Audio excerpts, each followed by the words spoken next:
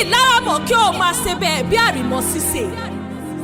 Ìlara mọ̀ kí lọ máa kóró mẹ́fà ṣe lórí yọ. Ìlara mọ̀ bẹ́ẹ̀ ṣe. Ìyẹn náà gúnra ní mọ̀ kí n tẹ̀yìn. Ọmọ olóró kan ṣe sórí ọ̀pá jíwọn nílé bàbá yín. Ọmọ aṣọ́rò mọ̀ lọ́lọ́ iṣu bọ́kú. Ẹ̀yin lọmọ wá.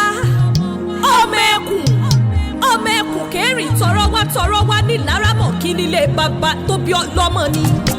Ìlara mọ̀ kí nílé rẹ̀, Ìlara mọ̀ kí ló ti wá. Ó yá kí mi bá ọ délé, Ìlara mọ̀ kí ló ti wá. Ọmọ Ìlara mọ̀ kí ó. Ọmọ Ìlara mọ̀ kí ó máa ṣe bẹ̀ bí àrìmọ́ sísè, ó máa ṣe bẹ̀ kí mòkúrú jẹun. Ìlara mọ̀ kí lọ máa kóró mẹ́fà sí lórí yọ. Ìlara mọ̀ bẹ̀ sísè, ìyẹn náà gúnrọ́ ní Ìlara tẹ̀yìn. Ọmọ aṣọ́rò kákòkòrò igi jọ. Ọmọ ògbèrè kó káàrí bí ṣòro olúrin.